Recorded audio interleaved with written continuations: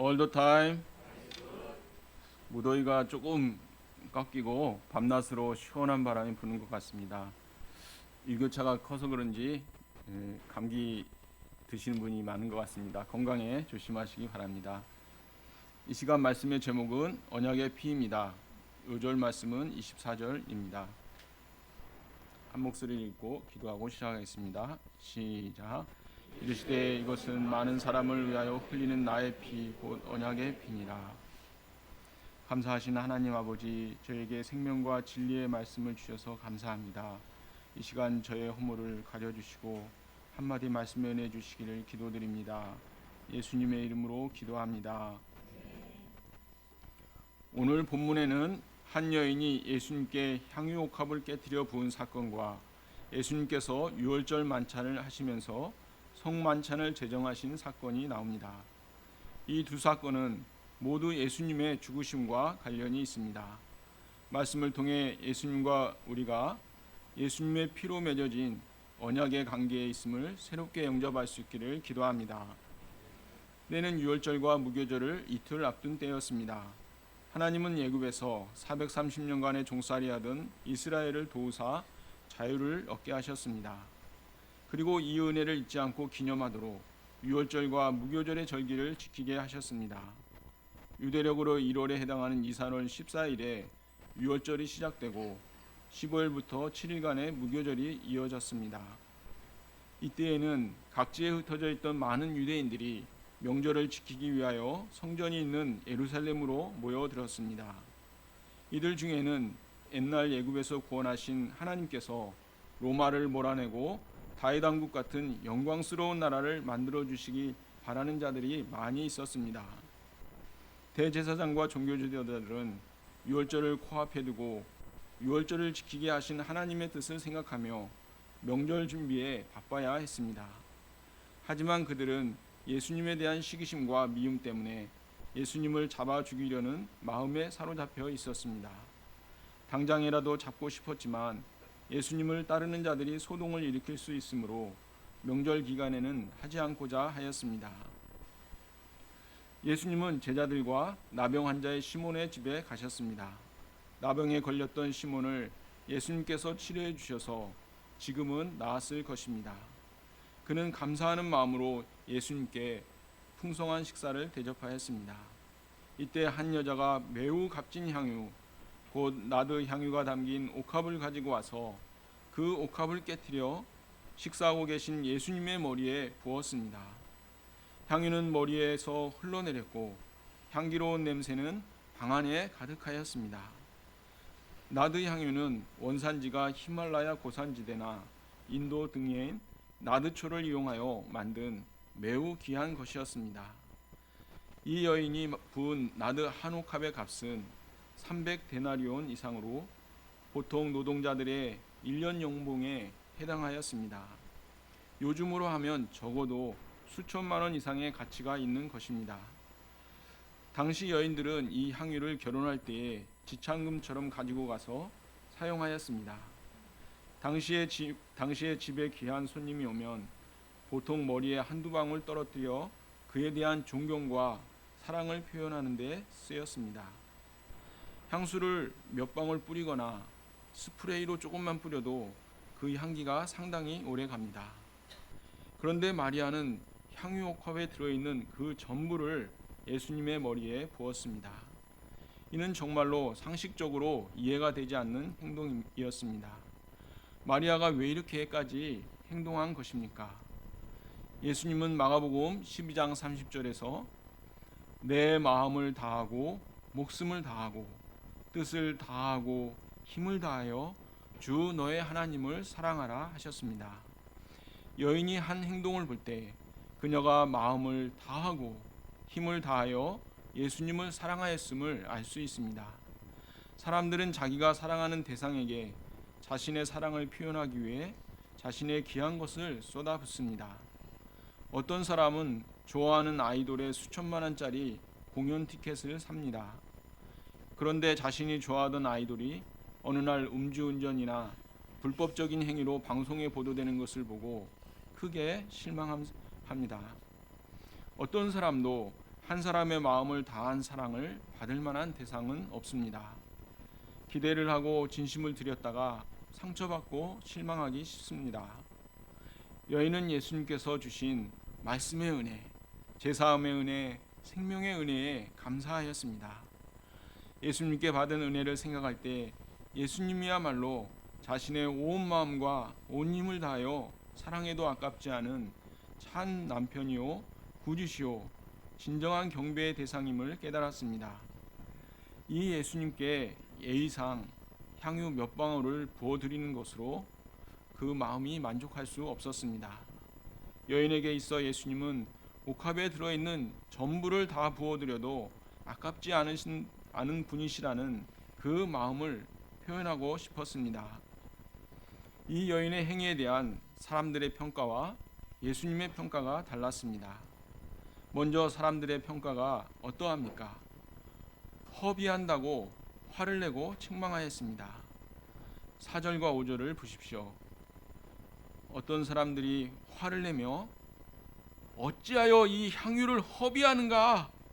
이 향유를 300데나리온 이상에 팔아 가난한 자들에게 줄 수 있었겠도다. 책망하였습니다. 흘러내리는 향유를 재활용할 수 있게 그릇이라도 받쳐놓지 않은 것을 안타까워했습니다. 향유를 팔아서 가난한 이웃을 도울 수 있었는데 그렇게 하지 않은 것은 허비한 것이라고 하였습니다. 가난한 이웃을 돕는 것은 율법에서도 권하는 것이요 예수님께서도 가르치신 일입니다. 그러므로 그들의 말은 합리적으로 들립니다. 그러나 그들은 근본적으로 예수님의 마음이 어떤 분이신지 또 여자의 마음이 어떠한지를 알지 못하였습니다. 그들은 예수님의 제자들이었지만 세상적인 사람들처럼 물질적인 가치관을 가지고 판단하였습니다. 그러나 예수님은 그들과 전혀 다르게 보셨습니다. 예수님은 내게 좋은 일을 하였다고 하셨습니다. 가만두라, 너희가 어찌하여 그를 괴롭게 하느냐? 그가 내게 좋은 일을 하였느니라. 예수님은 사람들의 공격적인 언사로 괴로울 수 있는 여인의 마음에 공감해 주셨습니다. 그리고 그녀를 괴롭히지 말도록 방어해 주셨습니다. 세련되지 않고 비경제적이라고 나무라지지 않으셨습니다. 나아가 예수님께 대하여 좋은 일을 하였다고 인정해 주셨습니다. 여기서 좋다라는 말은 헬라어 칼로스로서 아름답고도 덕스럽고 가치 있다는 말입니다. 이는 사람들의 허비했다는 말과는 매우 대조가 되는 말입니다. 허비란 물질이나 마음, 시간 등을 자기 욕심이나 허무한 일에 쓰는 것을 말합니다. 예수님께 향유를 부어드린 것은 세상적인 가치를 넘어 예수님이 보시기에 아름답고 의미 있고 가치 있는 것이었습니다. 마음과 힘을 다하여 사랑하고자 하는 그녀의 마음 중심을 보시고 기쁘게 받아주셨습니다. 예수님은 여인의 예수님께 대한 진심을 다 받아주셨습니다. 예수님은 우리의 진심을 하나도 땅에 떨어뜨리지 않고 다 받아주시는 분이십니다.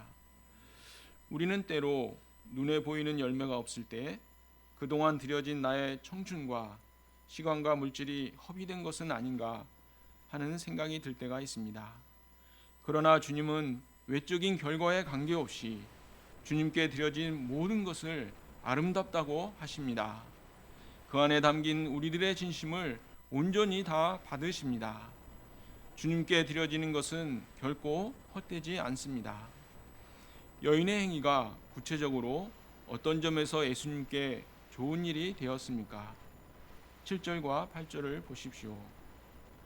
가난한 자들은 항상 너희와 함께 있으니 아무 때라도 원하는 대로 도울 수 있거니와 나는 너희와 항상 함께 있지 아니하리라.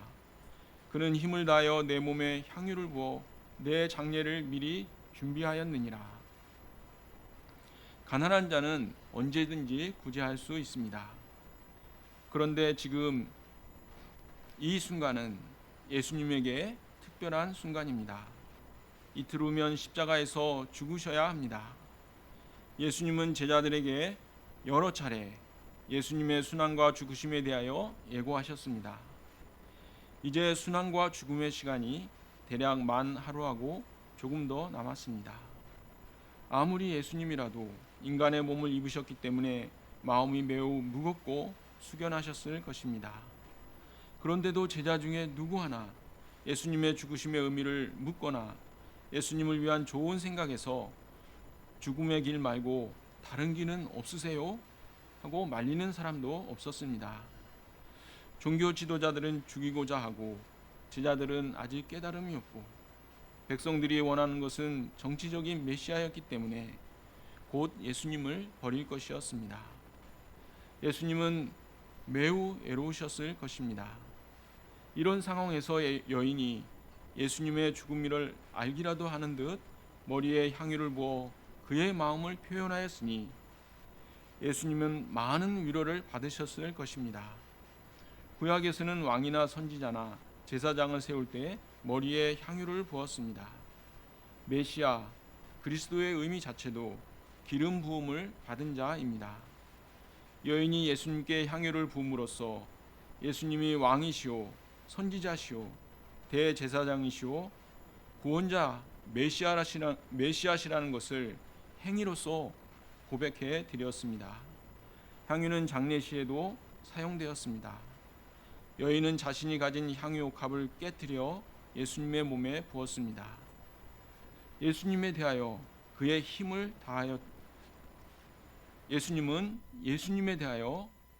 다하였다고 인정해 주셨습니다. 여인은 그 행위로서 예수님의 죽으심의 가치가 자신의 모든 것을 다 드려도 전혀 아깝지 않은 것임을 드러내었습니다. 여인에게 있어서 주 예수님보다 더 귀한 것은 없었습니다. 무명의 여인이 제자들도 하지 못한 이렇게 아름다운 일을 어떻게 할 수 있었을까요? 당시의 제자들은 예수님이 다윗과 같은 정치적 메시아가 되기를 바라는 가운데 누가 크냐 하는 문제에 생각이 팔려 있었습니다. 이 때문에 예수님의 죽음을 진지하게 생각할 수 없었고 예수님께 합당한 감사와 경배를 드릴 수도 없었습니다. 그러나 여인은 예수님의 말씀을 순수한 마음으로 들었습니다. 그랬을 때 예수님께서 죽으심을 통해 제사함을 주시고자 하신다는 사실을 알아들을 수 있었고 그 죽음이 임박하였다는 것을 깨달을 수 있었습니다. 예수님의 죽으심에 합당한 감사와 경배를 드릴 수 있었습니다. 제자들이 실패한 그 자리에서 예수님을 기쁘시게 하는 좋은 일을 할 수 있었습니다. 9절을 보십시오. 한번 다 같이 읽어보겠습니다. 시작.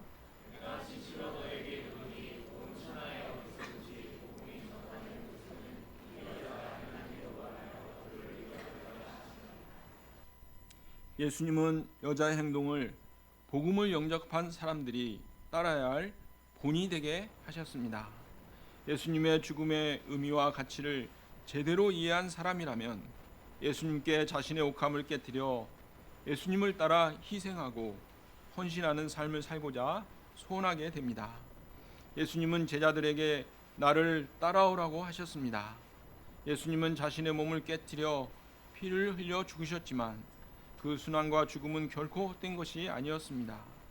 가장 아름다운 일이었고 생명의 열매를 맺는 가치 있는 일이었습니다. 이처럼 예수님을 위하여 자신의 옥합을 깨뜨리는 삶을 사는 자도 아름답고 생명의 열매를 맺는 가치 있는 인생을 살게 됩니다. 초대교회 때는 예수님을 믿고 따른다는 이유 하나만으로 박해를 받아 심히 고난받고 심지어 순교하는 기도하였습니다. 그러나 복음은 전파되고 복음을 믿는 자들은 계속 늘어났습니다. 결국 로마는 392년 기독교를 국교로 정하게 되었습니다. 우리 가운데도 많은 분들이 힘을 다해 주님을 섬깁니다. 물질적으로 늘 빠듯하고 때로는 마이너스가 될 때도 있지만 주의 역사와 양들을 위해 물질을 드립니다.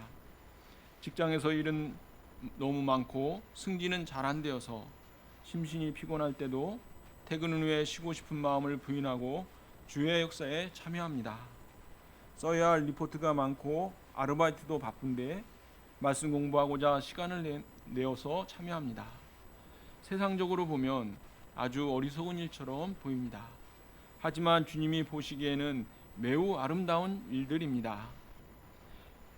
여인의 행동과 가룟 유다의 행동은 너무나 대조적입니다. 10절과 11절을 보십시오. 12 제자 중 하나인 가룟 유다가 예수님을 넘겨주기 위하여 대제사장들에게 갔습니다. 그들은 유다에게 대가로 돈을 주기로 하였습니다.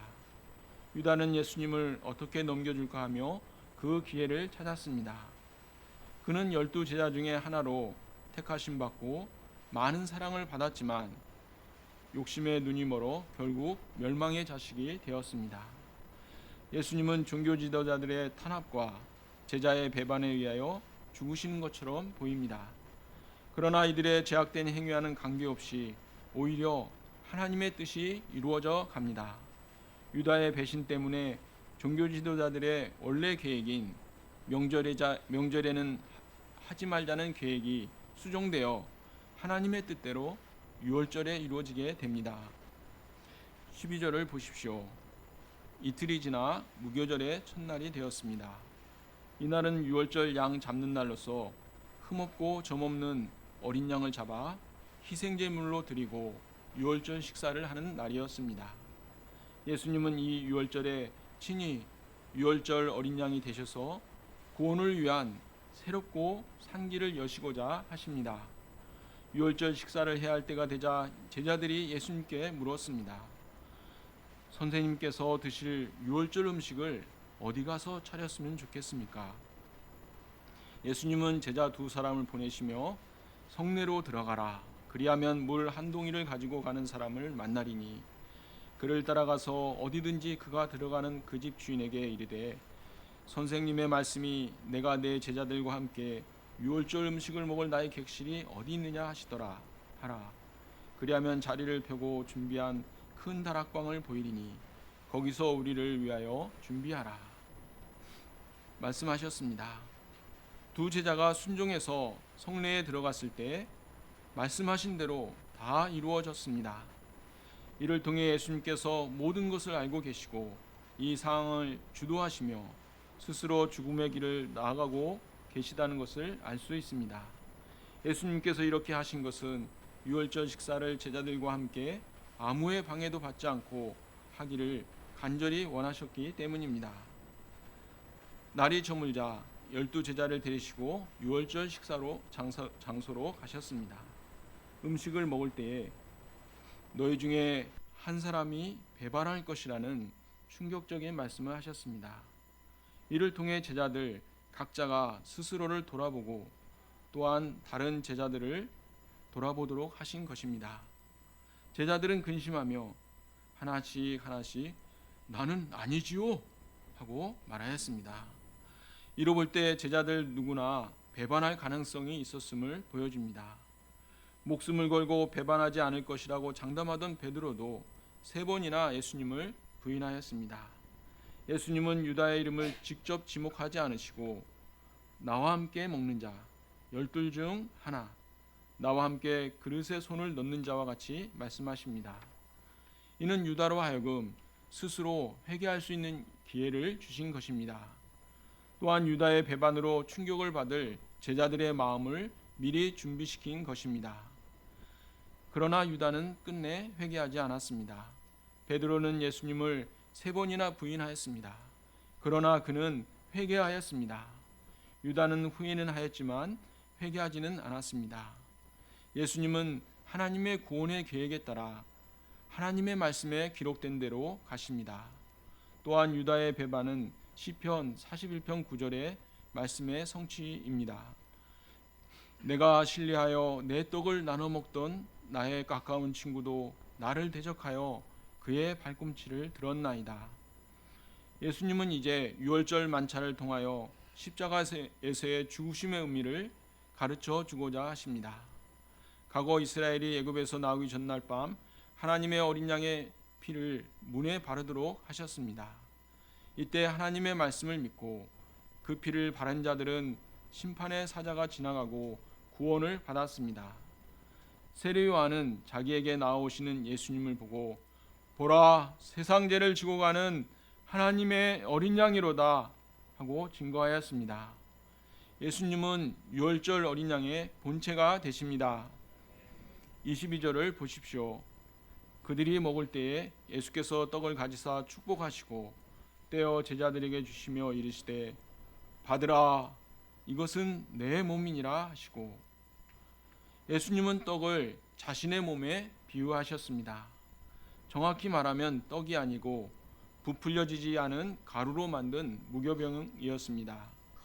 예수님은 이것을 부수어서 제자들에게 먹도록 나누어 주시며 받으라, 이것은 내 몸이니라 하셨습니다. 이는 예수님께서 우리의 죄 때문에 십자가에 달려 찢기실 자기의 몸을 가리켜 하신 말씀입니다. 예수님은 우리에게 생명을 주시려고 말할 수 없는 고통 가운데 자신의 몸을 부수어서 우리에게 주셨습니다. 사람이 음식을 먹어 육신의 힘과 생명을 얻습니다. 그러나 영혼의 생명은 얻을 수 없고 먹고도 죽습니다. 그러나 예수님의 몸을 먹는 자는 영원한 생명을 얻습니다. 예수님은 요한복음 6장 51절에서 말씀하십니다. 나는 하늘에서 내려온 살아있는 떡이니 사람이 이 떡을 먹으면 영생하리라. 내가 줄 떡은 곧 세상의 생명을 위한 내 살이니라 하시니라. 23절을 보십시오. 또 잔을 가지사 감사기도 하시고 그들에게 주시니 다 이를 마시매. 예수님은 잔을 가지시고 감사기도를 하신 후 제자들에게 주셨습니다. 제자들은 그 한 잔으로 돌려가며 마셨습니다. 잔하면 떠오르는 장면이 있습니다. 야고보와 요한이 예수님께 좌우편의 자리를 청탄할 때 그들에게 예수님은 내가 마시는 잔을 너희가 마실 수 있느냐 물으시고 너희가 내가 마시는 잔을 마실 것이라고 하셨습니다. 그리고 예수님은 겟세마네 동산에서 아빠 아버지여, 아버지께는 모든 것이 가능하오니 이 잔을 내게서 옮기시옵소서 기도하셨습니다. 잔은 희생, 헌신, 죽음 등의 의미가 있습니다. 예수님은 잔을 함께 나누며 예수님과 제자들이 하나의 공동체임을 알려주셨습니다.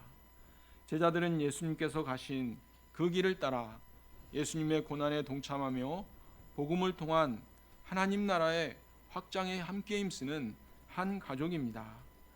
24절을 보십시오. 이르시되 이것은 많은 사람을 위하여 흘리는 나의 피, 곧 언약의 피니라. 첫째로 예수님의 피는 대속의 피입니다. 예수님은 잔 안에 담긴 포도주를 제자들에게 마시도록 하시면서 이 포도주가 많은 사람을 위하여 흘리는 예수님의 피라고 하셨습니다. 예수님은 10장 45절에서 자기 목숨을 많은 사람의 대속물로 주려 하신다고 하셨습니다. 예수님의 흘리신 피는 대속의 피입니다. 대속은 대신하여 갚아준다, 값을 주고 되찾아준다는 의미가 있습니다. 과거 종이나 노예가 된 사람은 그 몸값을 다른 사람이 대신 치루어 주므로 자유인이 되게 하는 경우가 있었습니다. 노예의 삶이 얼마나 비참합니까? 그러나 그보다 더 비참한 것은 죄에 노예된 것입니다. 죄는 우리의 육신뿐 아니라 영혼까지 사로잡아 비참하게 합니다. 죄 노예로 비참하게 살다가 최후에는 심판까지 받아야 하니 얼마나 절망적입니까? 사람들에게 죄 문제가 해결되지 않으면 희망은 없습니다. 그런데 이 죄의 값이 사망입니다. 생명이 지불되어야 합니다. 그것도 죄 없는 생명이 희생되어야 합니다. 하나님은 죄인들을 사랑하셔서 구원하시고자 죄 없으신 독생자 예수님을 대속의 제물이 되도록 보내주셨습니다. 예수님은 하나님의 뜻에 순종하여 기꺼이 자신의 생명을 십자가에서 내어놓으시고 그 피를 흘려 우리의 죄값을 치루어 주셨습니다. 죄값을 대신 치르시고 죄의 종로로 타던 우리를 자유롭게 하셨습니다. 그러므로 스스로 죄값을 치르고자 하다가 절망할 필요가 없습니다. 이미 예수님께서 죄값을 치르셨다는 것을 믿고 의지하면 됩니다. 베드로전서 1장 18, 19절은 말씀하십니다. 우리 한번 같이 읽어보겠습니다. 시작.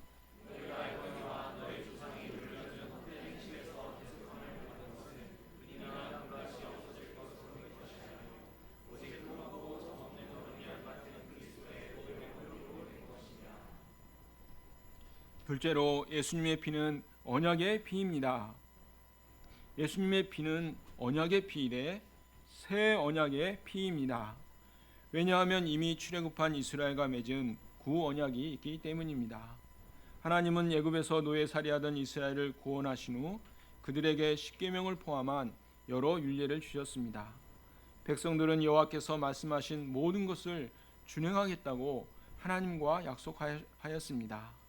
이때 모세는 하나님께 제물로 드린 짐승의 피를 반은 제단에 뿌리고 반은 백성에게 뿌리며 말하였습니다.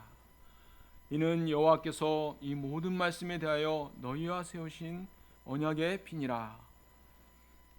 구언약은 율법을 준행해야 의롭게 되는 행위 언약이었습니다. 그런데 이스라엘은 제약되어서 율법을 지킬 수 없었습니다. 하나님은 죄를 반복하며 심판과 훈련을 받는 그들에게 새 언약을 세우실 것을 약속하셨습니다. 하나님은 그리고 그 약속대로 때가 되매 예수님을 보내주셨습니다. 예수님은 자신의 피로서 우리의 죄를 대속하시고 새 언약의 중보자가 되셨습니다. 새 언약은 구언약과 달리 우리에게 믿음을 요구합니다. 누구든지 회개하고 예수님의 피를 믿기만 하면 제사함 받고 의롭다 여김받고 구원을 얻을 수 있습니다. 여기에는 우리의 공로는 없고 오직 하나님의 은혜만 있습니다. 새 언약은 짐승의 피로 맺은 구언약과 달리 하나님의 아들이신 예수님의 피로 맺은 언약입니다. 그러므로 이 언약은 견고합니다. 변함이 없습니다. 사도 바울은 로마서 8장 38절 39절에서 이렇게 고백합니다. 내가 확신하노니 사망이나 생명이나 천사들이나 권세자들이나 현재일이나 장래일이나 능력이나 높음이나 깊음이나 다른 어떤 피조물이라도 우리를 우리 주 그리스도 예수 안에 있는 하나님의 사랑에서 끊을 수 없으리라. 셋째로 예수님의 피에는 우리를 성결하게 하는 능력이 있습니다. 우리는 가끔 자신의 연약한 모습, 반복되는 제약된 행위들 때문에 내가 과연 변화될 수 있는가? 나는 구원받은 것인가? 구원받다 만 것인가? 하는 불의함과 절망감에 시달릴 때가 있습니다. 그러나 예수님의 피에는 어떤 죄인도 변화시킬 수 있는 능력이 있습니다. 히브리서 9장 13절 14절은 말합니다. 한번 같이 읽어보겠습니다. 시작.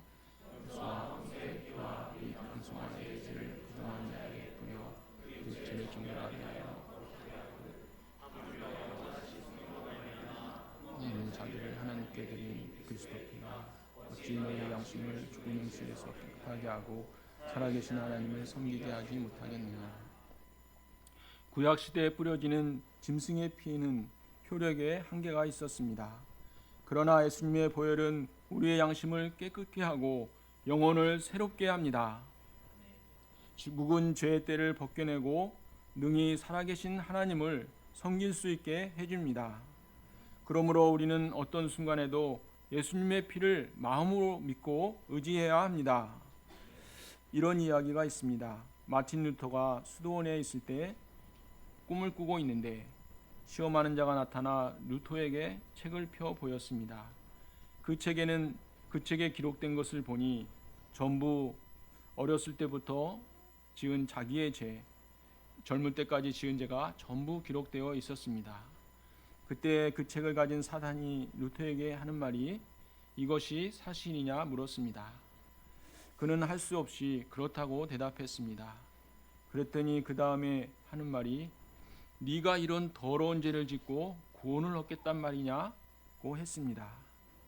그 말을 들을 때 기가 막히고 낙심되었습니다. 그때 위로부터 음성이 들리는데 그리스도의 보혈이 우리의 죄를 깨끗이 씻었느니라. 말이 들렸다고 합니다.